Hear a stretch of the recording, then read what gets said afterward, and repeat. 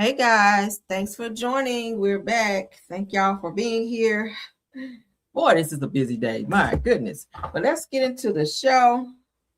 I hope y'all are having a wonderful, wonderful day. Let me post this up here. Jeez. All right. Hey y'all. Hey y'all. All right, so we got a few topics that we're going to run through. Hey, I see Tiff is in the building. Thanks for being here, Tiffany. Stacy Lane, I see you, love. I see you. I see you. Who else? Sunshine Rays is here. Felicia BW is here. Candlelight is here. Hey, ma'am. Thanks for being here. All right, so let's go ahead and jump on in. Of course, everything said is alleged. And in my opinion, I was telling you guys about the young lady named DreamDoll. She's an influencer on, I think it's TikTok. She was pow down in Florida, I think it was, for an altercation that had nothing to do with her. Let me take that down. But let's go ahead and get into it because the 911 video has been released. I'm going to go ahead and put my trigger up for that as well. Because, baby, there's so much going on. We're finding so many of our young people unalived out here, guys. Prayers up to all of the young people. You guys be safe.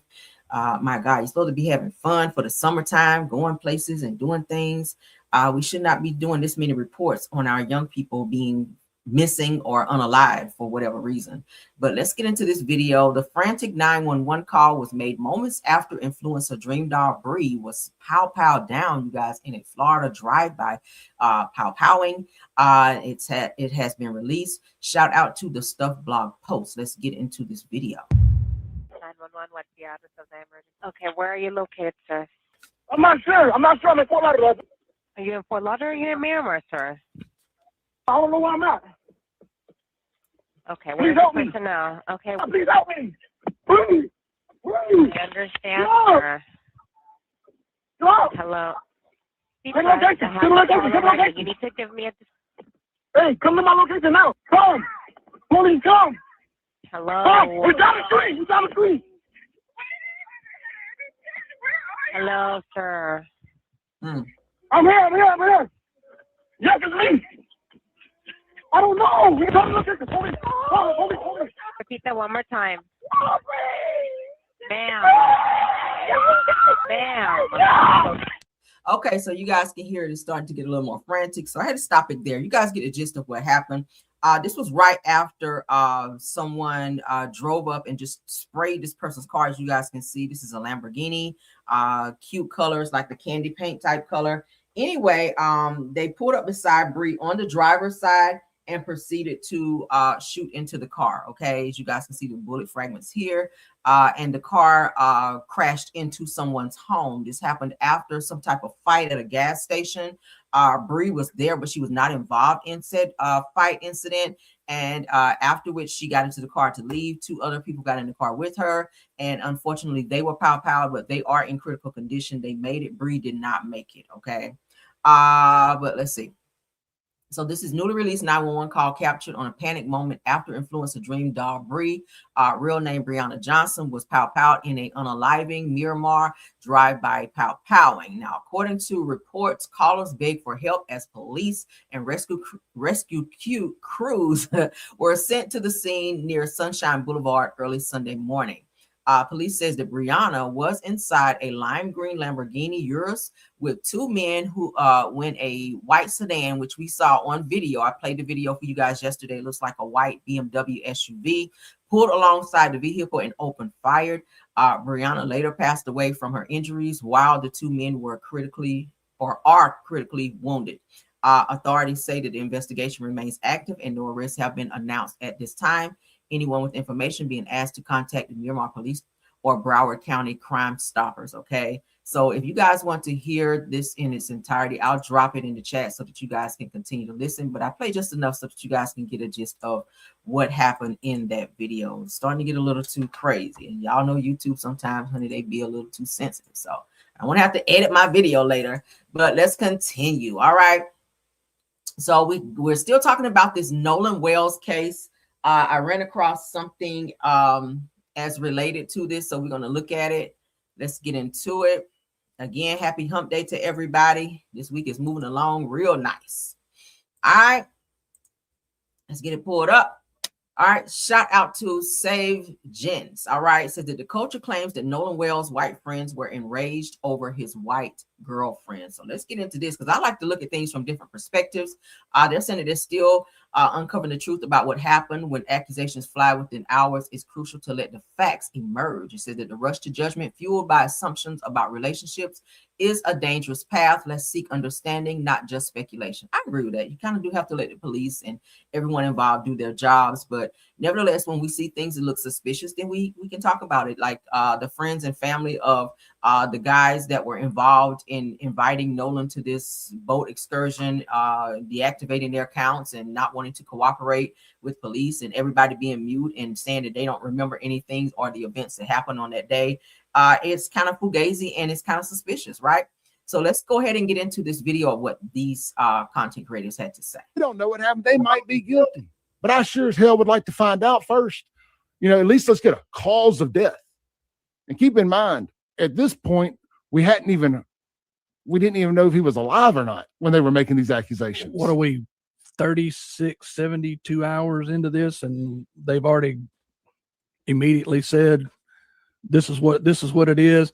The very first post I saw yesterday was, "Don't be the only one," and I'm like, you got to be kidding me. What do you mean? Don't be the only one? Don't be the only black guy in the bunch. Oh yeah, and of course, it's also come out that, and you know, and it didn't take long. I shared the post. Well, I screenshot it because I'm not going to give these terrible creators.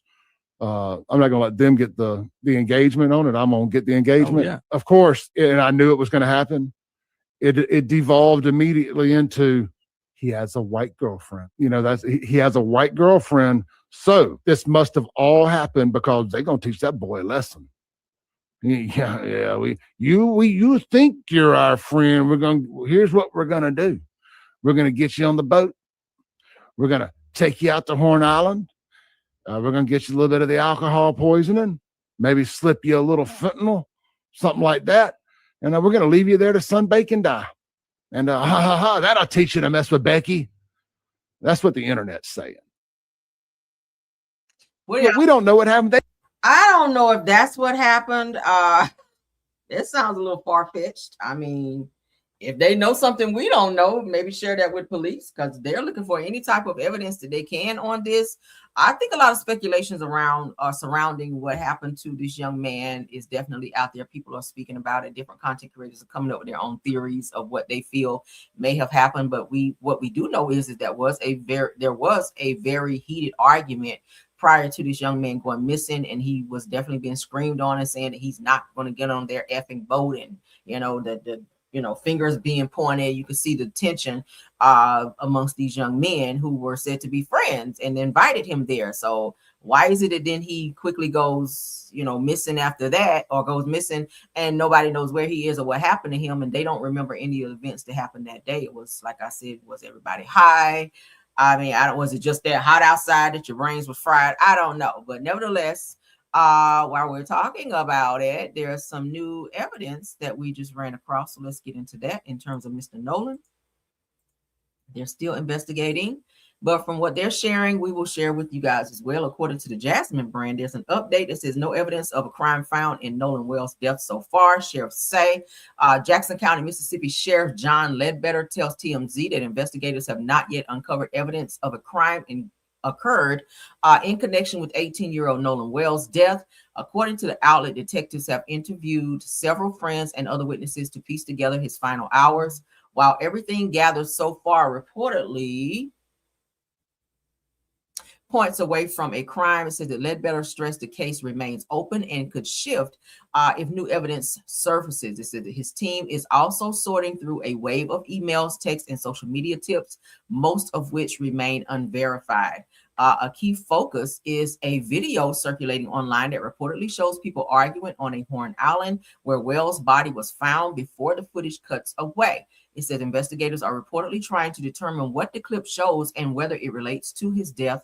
Though Ledbetter noted that there are no surveillance cameras on the island, which probably why they asked him to come there. If they were going to do something to him, you want to go somewhere where there's not going to be cameras to capture any illegal activity that may have happened on that particular weekend. Again, there's no surveillance cameras on the island. Making outside footage or photos especially important. Authorities are asking anyone with material from the island to come forward. As reported, Wells vanished during a 4th of July trip to Horns Island, and his body was discovered days later. His family has since hired attorney Ben Crump to press for thorough investigation, and an official GoFundMe has been set up to support them. They probably have already made their mark for the GoFundMe. I told you guys that their GoFundMe, if you guys can see, let me see. Hold on. 1 second. Can y'all see it? Let me stop sharing and reshare. Let's see.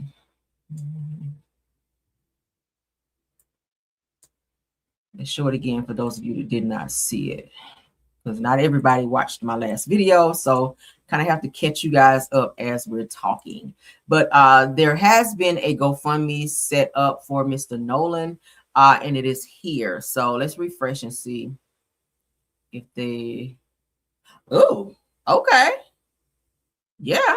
So now they changed it, you guys, to 350K. So it's gone up to the amount, because it was 200 and something thousand. I think it was 250K. So now it's gone up to 350K. They have 5.6K donations so far. So as you guys can see, in loving memory of Nolan Xavier Wells, $232,206 has been raised of the 350K that they are seeking. Okay. Several people are donating. As you guys can see, one person gave generously $2,500. Okay. That's their top donation. That's impressive. So shout out to them. These are his parents. This is Mr. Nolan in the middle. He literally just graduated. But yeah, so that's the GoFundMe. I will put that information here in the chat as well. Again, for those of you, if you would like to participate in donating for or towards this family who just experienced this uncertain circumstance, okay, about their son. All right, let's move along, because there's something else that I found with Nicole Everything, because she's also reporting on it as well, and she has some very good information that I wanted to share and help spread around on this case with Nolan. Yeah, I hope he gets justice and they don't try to hurry up and fly through this case and just kind of sweep some stuff under the rug because of high profile people who, because there's a judge and attorney of the parents of 2 of the boys that are directly connected to the people who are connected probably to this case. The boys that were there, his alleged friends, there's a judge. One of their parents is a judge and the other parent is an attorney. So let's hope in this little small town that they're not trying to hide some things or, you know, sweep things under the rug to, you know, keep other people from being involved or losing their jobs or whatever the case may be. Y'all know how it is, child. When people are trying to protect others, they don't really want to do a thorough investigation because of who may be directly connected or get backlash from it as well. But let's get into this. Shout out to Nicole Everything. They said that new updates on Nolan Wells' case.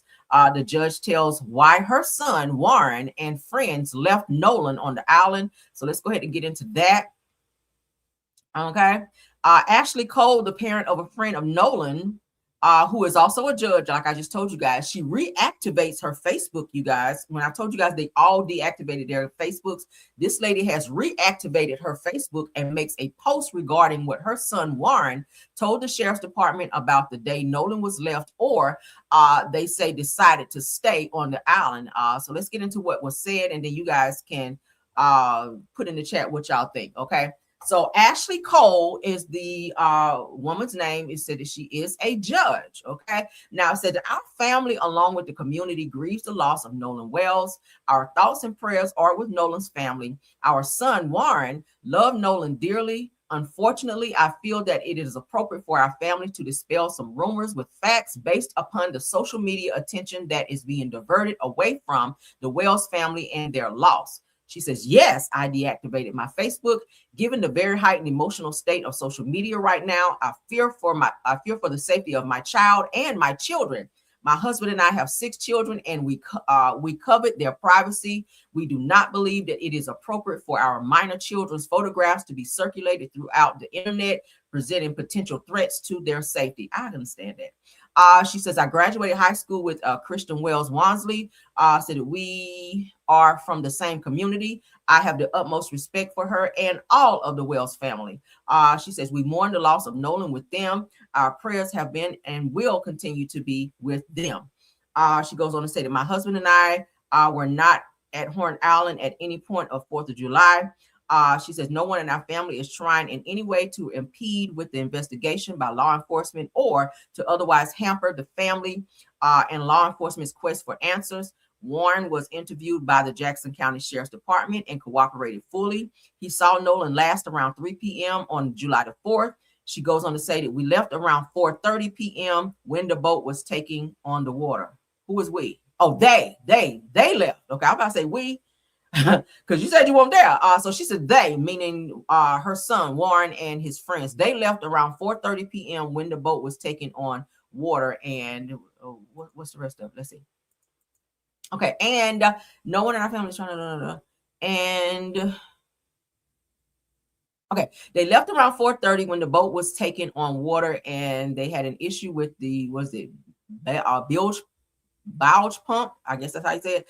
Nolan made a decision to stay on the island and return inland later with another group of friends. She says, yes, I am a judge. I also value transparency. I apologize if anyone was offended that I deleted my social media.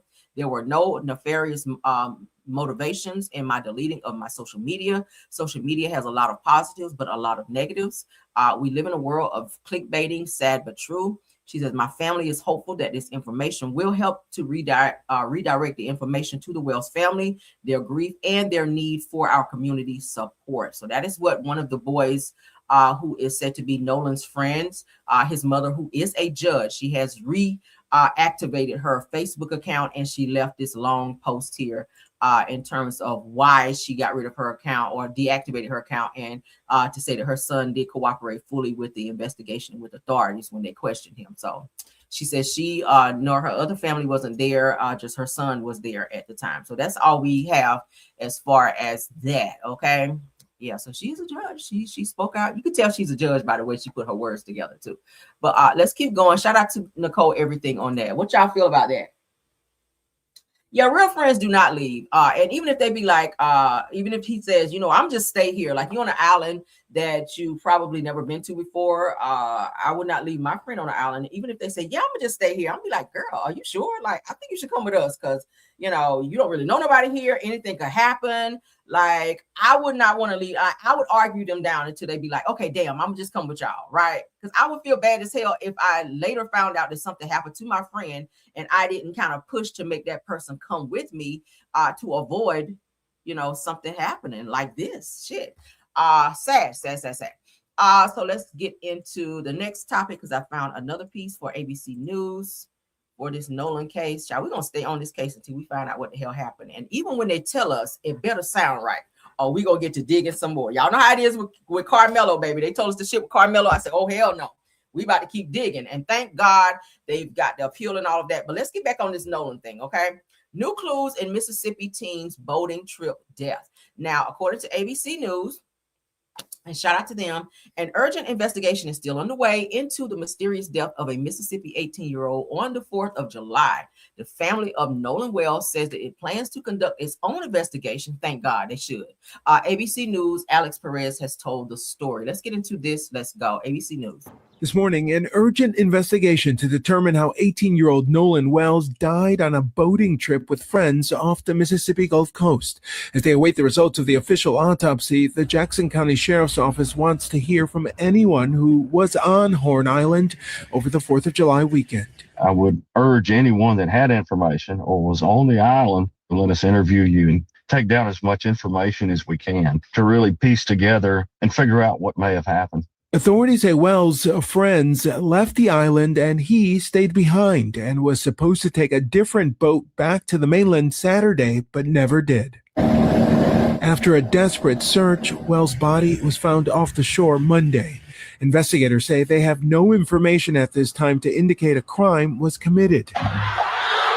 And this morning, for the first time, we're seeing and hearing from Wells, who spoke with our affiliate WLOX on the day he signed to play college football. It's truly a blessing, just being here with like some of my best friends, teammates, and we're all going to college together, most of us. So it's just truly a blessing to be here. His high school coach saying Wells was much more than an outstanding football player and that he carried himself with humility, treated others with respect, worked hard, and led by example. The teenager's emotional family desperate for answers. They've hired civil rights attorney Ben Crump, who says his team will conduct an independent investigation. And the family's new attorney, Ben Crump, says he will fight for the timely release of any records and witness accounts in this case. Nolan Wells would have turned 19 next month. This morning, that's going to be another blow for his mom, who's dealing with this situation of her son not being here. This is going to be another bittersweet moment. 4th of July, every 4th of July that comes around, she's going to think about, I lost my son on the 4th of July, right? It's not going to ever be the same. And now he has a birthday coming up where he'll be 19 years old. Let's not forget about the fact that he was signed to play football in college. So he definitely had a promising future. So he definitely had something to live for. So we're not going to say, oh, he committed suicide and unalived himself, because of all the things he had coming up. I don't think that he would want to give up his career in football, which it appears to be something that he enjoys, that he was looking forward to. We just heard him talk about it. He was enthusiastic about the upcoming season for him playing in college. Oh my God, that just kind of touched my heart a little bit. But this is sad. So we're going to have to wait and see what happens. The family, as I told you guys, they're going to conduct their own investigation on top of what the authorities are going to be doing, which is great. They're not giving up, but prayers up to the mom. I'm a mom of a son who plays sports. That would bother me. Like that, I would probably never get over that shit. Nice looking young man, very promising future.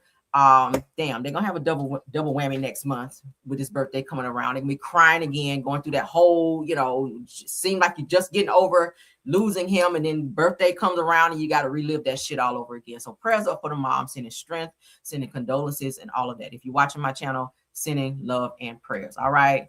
An urgent investigation to determine how 18-year-old Nolan Wells died on a boating trip with friends off the Mississippi Gulf Coast. As they await the results of the official autopsy, the Jackson County Sheriff's Office wants to hear from anyone who was on Horn Island over the 4th of July weekend. Now, a lot of people aren't going to want to go down to the police station and just give statements and sit for hours and hours. It's hot, it's nice outside. People want to enjoy their summer. They don't want to be involved in something that's not directly connected to them, even if they were there. But I feel like if someone knows something, just go down and say something. One little piece of information could be a piece of the puzzle to where they're actually trying to go to solve this case. Like, who knows? You could have seen something that could help crack this case.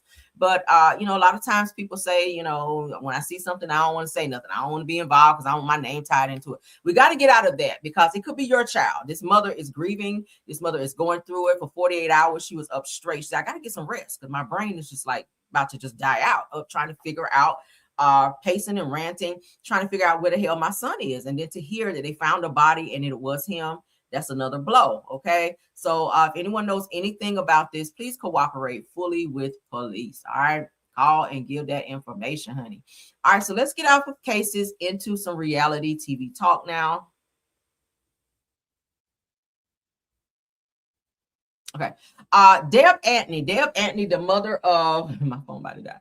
The mother of rapper Waka Flocka, who just had his first baby. Y'all know when he and Tammy were together, he was experiencing some issues of being able to produce kids, but he has now announced that he has a son.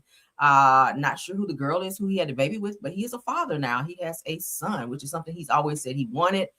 So congratulations to him on that. But let's talk about his mom, because Deb Antney, who is in the industry, she's kind of like a manager to several artists out there, including Waka Flocka. But she was supposed to do some type of boot camp style show where the Brat was supposed to be directly connected. They were going to do it together. And she says that Deb Antney kind of slighted her and went behind her back and did this show and got all the credit for it and all the money and everything else that came with it, and didn't tell her anything. So it kind of messed up their friendship a little bit. Okay. But let's get into it. Deb Antney has decided to speak out since the Brat has done a video to say, hey, I'm disappointed in her. I can't believe she would do this to me. Da, da, da. So people are like, damn, Deb Antney on that type of shit. Maybe they don't want to, do business with her now because of how Brat, maybe because Brat came out to give her account of her experience. So let's get into it. Shout out to Jasmine Brand. Then we'll do our commentary on the back end. We did have something there that we wanted to do, which was a boot camp show. And we actually filmed a part to see the reaction of the people and what would happen. But the network denied us. Now, the boot camp that me and the Brat was talking about, it was going to be a real camp, like a real boot camp. Like we had went and scouted out the housing, where the boot camps was going to be, where they was going to be marching, like all the whole boot camp style thing. We did do that. When you say it was going to be a real boot camp, because people will argue, well, Deb's house is like a boot camp because those girls. Deb's house was not a boot camp. Let me just explain that to you. Let me just tell this to you.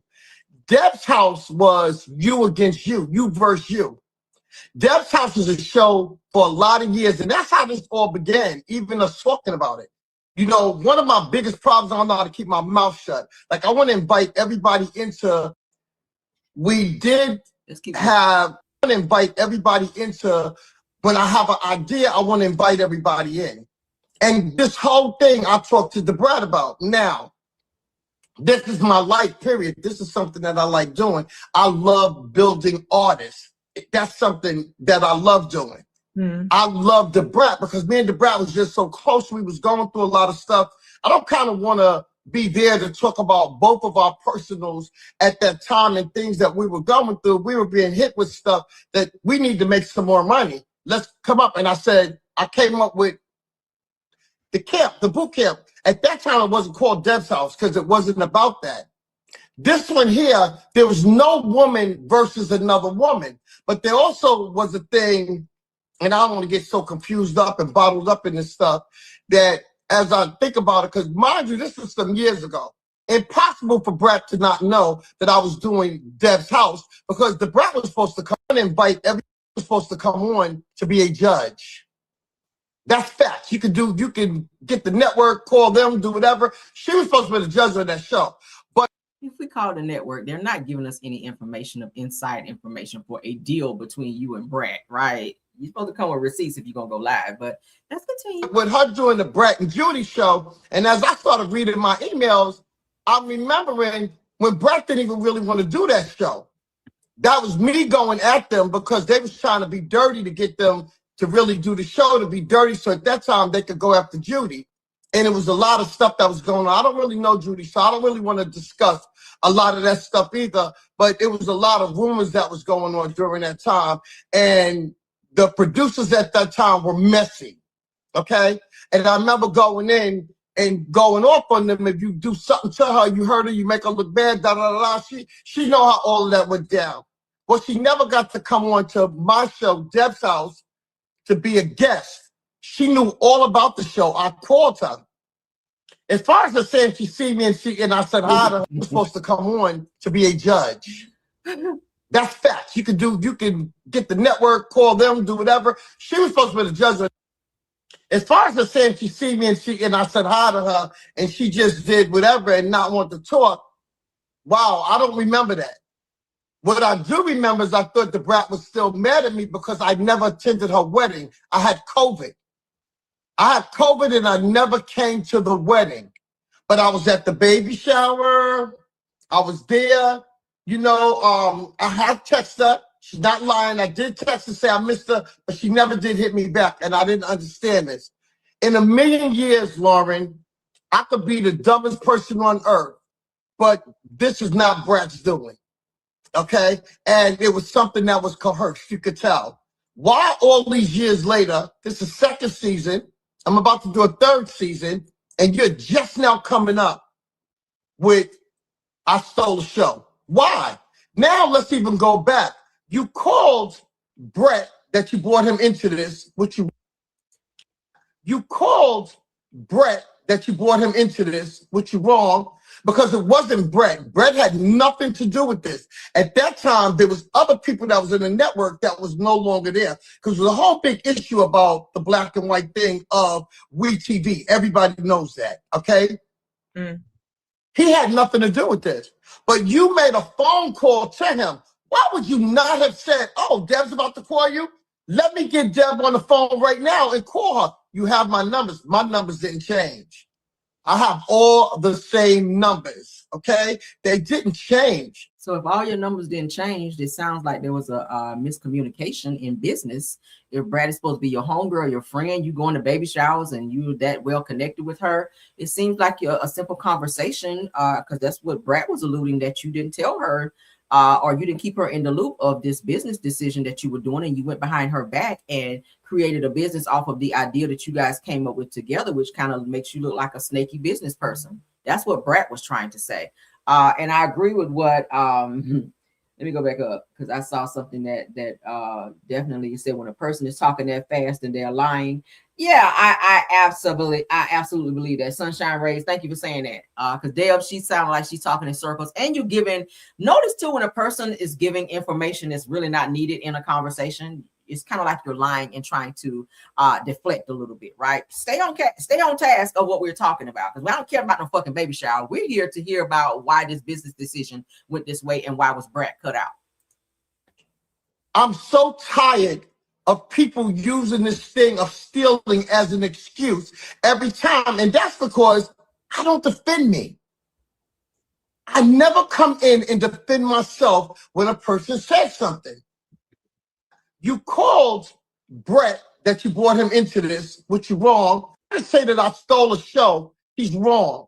They denied that show. That show was denied years ago. So why now come up? When I came up, why not bring that contract to show that on, put it up to the screen, say, hey, contract shows right here. The show was denied. So I'm not sure what Brat's talking about. You're just talking. Let's remind everybody too that Deb Antney is a damn Trump supporter. Oh, she is a huge Trump supporter. Okay, we kind of see that attitude in you as well right here too, Deb. All right. With Deb's house, I let Brett know. I didn't just do that to them. I love it. You know how bad this is piercing me? This hurts. You called This her to let her know hurts. that you were pitching Deb's house.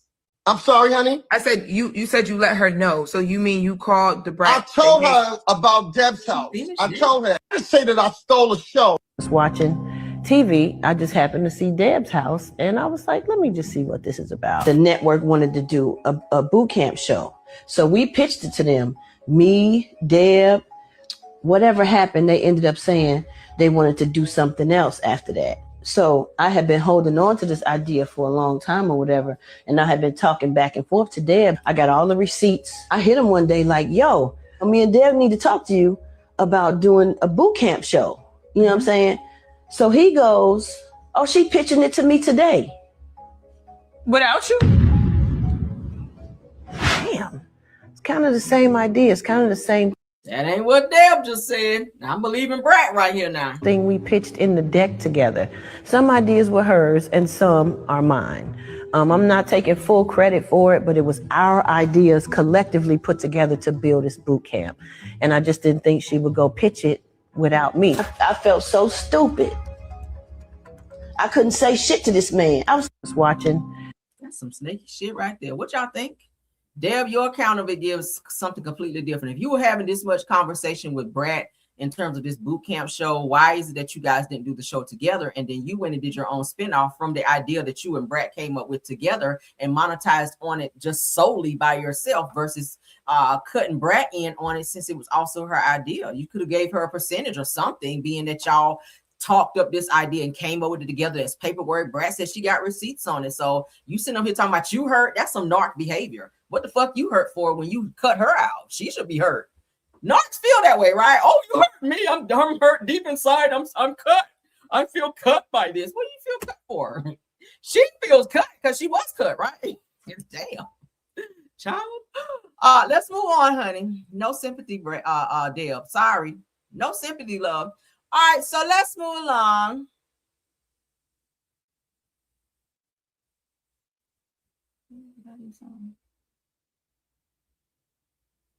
Oh.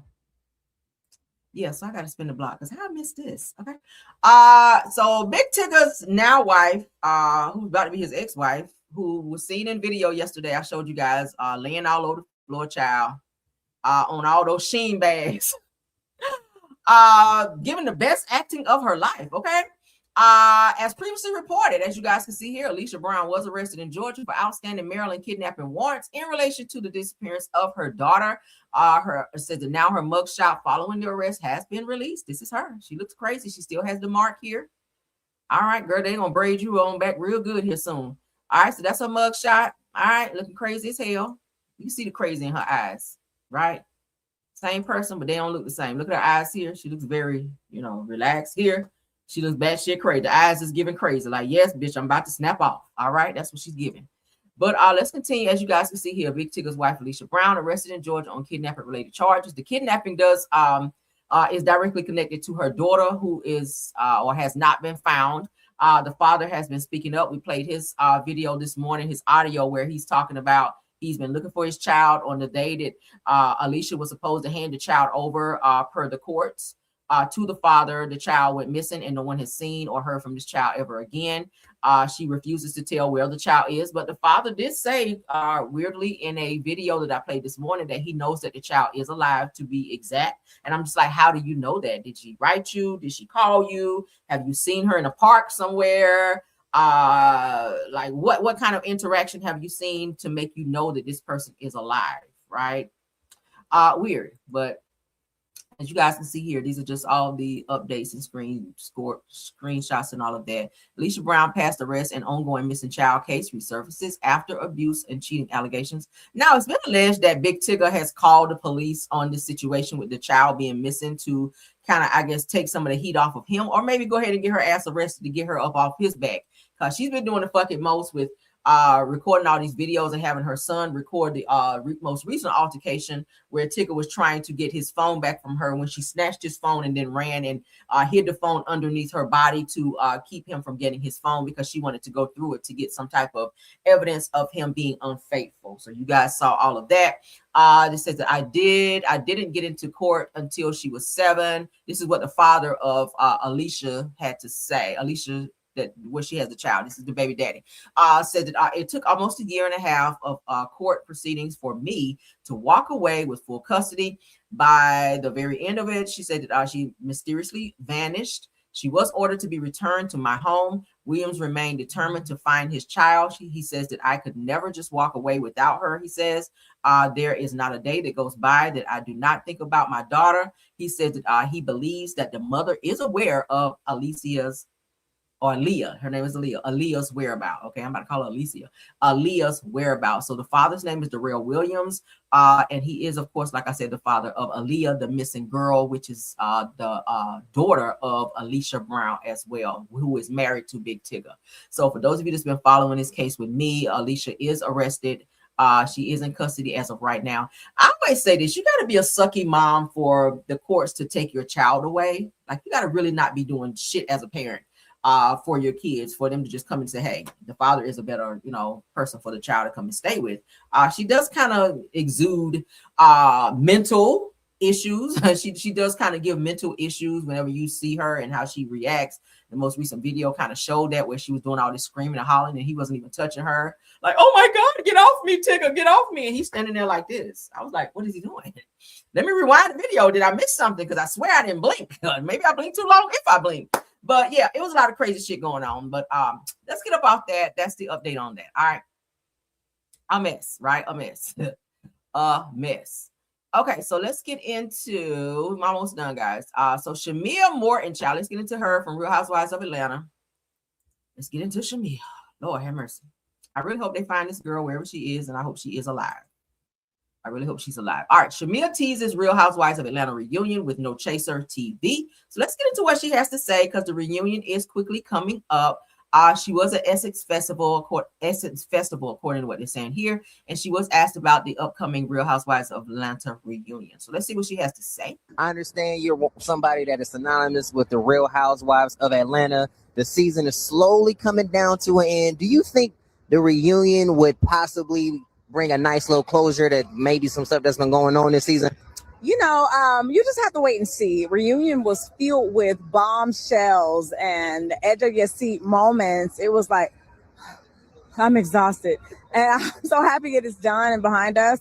But whether or not there's closure, well, you never know. So you just got to wait and see. Like, some people might think there's closure, but then you get into the next season and it's like crazy and chaotic. So I would like to think that everybody left with clear heads, clear hearts, clear minds, but I don't want to give a spoiler alert. So you just got to watch it.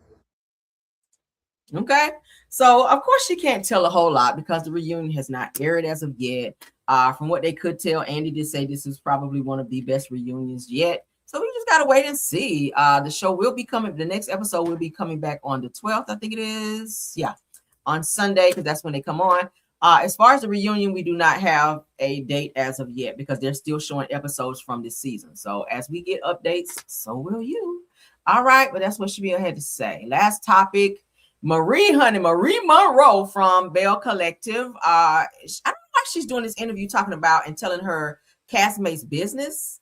The last video that we showed, she was saying that what's the child name?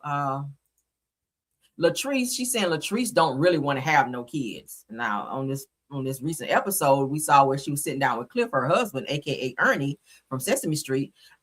She was saying to him that she wants to become a mom now. He was saying he don't want to have no kids right now. So it was that whole back and forth of, yeah, I don't want no kids, and she's steady saying to him, I want kids. So Marie was saying in that interview, you know, talking about Latrice after she and Latrice had just ironed out the differences. Now you're saying, oh yeah, she's just saying that. She don't mean what she's saying about wanting to be a mom and have kids. Like, how do you know? Right? Y'all just became friends again after she stopped fooling with you. So I feel like that was distasteful. And now she's in this interview with No Chaser TV. Shout out to him. Marie feels that Tambra Cherise co-signs everything that Latrice said. So this is like an indirect dig at Latrice. Like, what's going on here? Let's get into what she had to say, though. Leticia says that Belle sometimes pick and choose, and they have different energy than they have for her than they do with Latrice. It has to be across the board. Let's get it together. If the collective is really going to move forward and really get back on track, then I need the ladies to have the same energy for me that they have for Latrice. Do you think that some of the Belles have different energy for Leticia than they do for Latrice? Is that valid? Well, they know not to. They know not to cross Latrice. Oh, I see. They know not to. Tambra, no. Anytime Latrice can't sneeze without Tambra say, "Oh, I saw a sneeze. Oh, I was right there. I was on the phone call. I was right there. Yes, I witnessed it. I was right there." So, are you trying to say that Tambra is an ass kisser, especially when it comes to Latrice, because she might be afraid of her or something like that? Because Latrice is known to be up and fighting, child. Every time Latrice says something, Tambra co-signs everything she said. So in a normal relationship, friendship, like, you don't have to validate everything your friends say.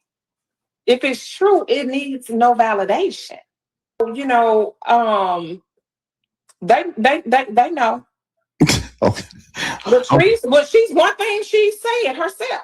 She is the streets. And Latrice is not, like, I'm not trying to, and I'm just being honest. If I'm sitting here telling you, like, I'm not trying to, outside of the collective, trying to be at odds with Latrice, because I know she's the streets. When she says she's the streets, she's the streets. Well, we saw that when that episode where Akeisha and them were still on the show, when that whole big fight broke out, and her family came up there to whatever type of location or something they would have. I think it was somebody's birthday, and the cast were all there, and it was like a huge fight broke out because Glendale got out of his seat and was on some crazy wild shit. Anyway, Akeisha's husband got caught up in the middle of that. Her family came up there, and I'm talking about, they were throwing blows. Like, it was like a real fight, and production was just like, oh my God, they didn't know what the hell to do.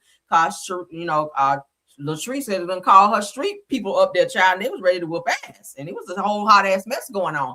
Of course, sadly, that's the same episode after Akeisha and her husband, as well as So Gucci and her husband JJ, decided they no longer wanted to be on the show anymore because of all the stuff that was going on and said. And there was a lot of accusations going on where Latrice was saying that Akeisha stole her phone and that the location came on. Y'all remember we covered that, where she said the location came to where my phone was at your house or near your house, and you got my phone and you know where it is, and crazy stuff. But they do say that Latrice is very much so well connected to the streets, and she got some crazy ass cousins that don't mind pulling up and putting them paws upon your ass, right? So maybe the girls are a little afraid of Latrice and kind of let her kind of have her way on the show to avoid a little conflict, a little street conflict, if you will, right? But I guess shout out to Marie Monroe. Watch it, girl. Don't get her mad, all right? Don't get her mad. Again, I wish that Marie Monroe would focus on herself in interviews, because she really do be like talking about the cast and telling their business more so than talking about what she has going on, promoting your business. I see on the show she was getting ready to open up a new medical facility. I would talk about that so that you can bring more traffic there, right? Talking about Tambra being an ass kisser and Latrice having street connections ain't taking you nowhere. But talking about your business in terms of your building and trying to, you know, go to the next level in business, I would be talking about that. Fuck all that other stuff. That ain't bringing me no money. But what do y'all think? Shout out to everyone in the chat. Thank y'all for being here. Please don't forget to tap on that like button. Please don't forget to subscribe to the channel if you've not done so. Check me out on all publications on the Caramel Rail. Thank you to my top flight mods, Tiffany Thomas TV, Truth TV Podcast, and Rose Armstead. Hey, Rose, thanks for being here. Thanks to all the content creators that joined, as well as all the Caramelians in the chat, as well as in the bushes. Shout out to you all. Happy hump day to you all. Let me get out of here, child. I will see you guys for our last video coming up. Shout out to you all. Y'all, okay. We're going to get on out of here now. All right. Again, don't forget to like up this video and hype up this video as well. Until the next one. Bye.